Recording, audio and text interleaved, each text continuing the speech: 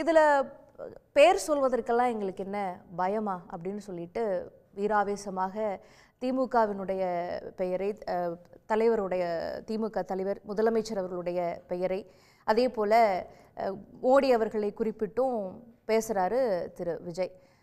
எங்களுக்கும் டிஎம்கேவுக்கும் தான் நேர் எதிரான போட்டி, எங்களுடைய நேரடியான எதிரி திமுக தான் அப்படிங்கிறத இன்னைக்கு அவர் சொல்கிறாரு. ஆனால் இன்னைக்கும் அதிமுக குறிப்பிடப்படவில்லை. இது உணர்த்துறது என்ன? முதலில் அவருடைய பேச்சில் அரசியல் ரீதியான தவறுகள் அல்லது புரிதலின்மை இருப்பதாக நான் பார்க்கிறேன். பல விஷயங்களில் திராவிட முன்னேற்றக் கழகம்தான் அதனுடைய எஜமானர் அல்லது பாஸ் பாஜக என்கிறார். அது அடிப்படையில் புரிதல் இல்லாத விஷயம்.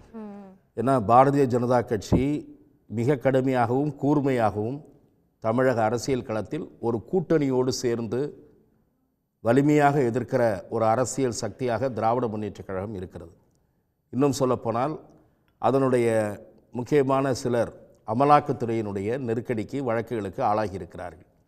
அது மட்டுமல்ல, தமிழகத்தில் மட்டுமல்லாமல் அகில இந்திய அளவில் பாஜக எதிர்ப்பு அரசியலை இன்றைக்கு முன்னெடுத்திருக்கக்கூடிய இந்தி கூட்டணி கட்சியினுடைய மிக முக்கியமான உறுப்பு கட்சி திராவிட முன்னேற்றக் கழகம்.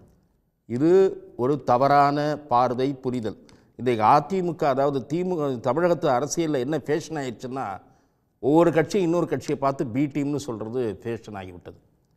திராவிட முன்னேற்றக் கழகத்தினுடைய அல்லது திராவிட இயக்கங்களுடைய பல கருத்துக்களை அப்படியே உள்வாங்கி கொண்டு சொந்த கருத்து, பொது கருத்து என்று எதுவுமே இல்லாமல் அப்படியே எதிரொலித்து கொண்டிருக்கிற விஜய், அவர் யாருடைய பி டீம் என்பது இனிமேல் தான் தெரிய வேண்டும். ஏனென்றால் சொல்வதனால் எல்லாரும் சொல்வது போல் அல்லது விஜய் சொல்வது போல் ஒரு ஃபேஷனாக, அந்த கட்சி சொல்வது போல் ஒரு ஃபேஷனாக சொல்வதானால் அவர் அதிமுகவினுடைய பி டீமா என்று கேட்கலாம். ஏனென்று சொன்னால், கட்சி தொடங்கியதிலிருந்து இது நாள் வரை அவர் அதிமுக பற்றி விமர்சிக்கவே இல்லை. இன்னொரு பக்கம் அதிமுக நண்பர்கள் இன்றைக்கு ஏமாந்திருக்கிறார்கள். இதுவரை விஜய் வருவார் என்று காத்திருந்து ஏமாந்திருக்கிறார்கள்.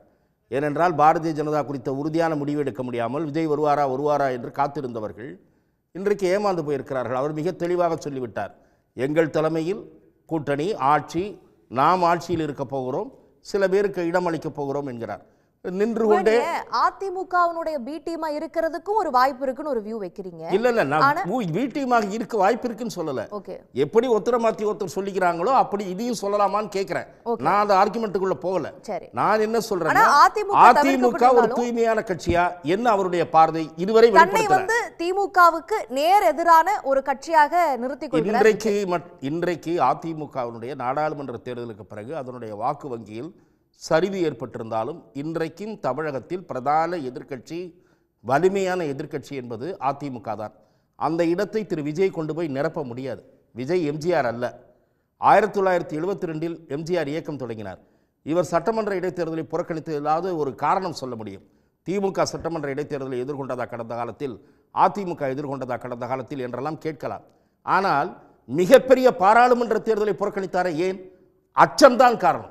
எங்களுக்கு ஒரே இலக்கு சட்டமன்ற தேர்தல்னா சும்மா பம்பாத்து. எம்ஜிஆர் அவர்கள் 1972 இயக்கம் தொடங்கிய போது இன்றைக்கு விட எம்ஜிஆர் அவர்கள் இயக்கம் ஒரு கடுமையான அரசியல் களம். அன்றைக்கு பெருந்தலைவர் காமராஜர் உயிரோடு இருந்தார். கலைஞர் அறுதி பெரும்பான்மை என்றால் சாதாரண பெரும்பான்மை இல்லை, 170க்கும் மேற்பட்ட உறுப்பினர்களோடு மிக வலிமையாக இருந்தார். அப்படி இரண்டு பெரிய அரசியல் சக்திகளை திண்டுக்கல் நாடாளுமன்ற இடைத்தேர்தல் களத்தில் வீழ்த்தியவர் எம்ஜிஆர். இவரையும் அவரையும் ஒப்பிட முடியுமா?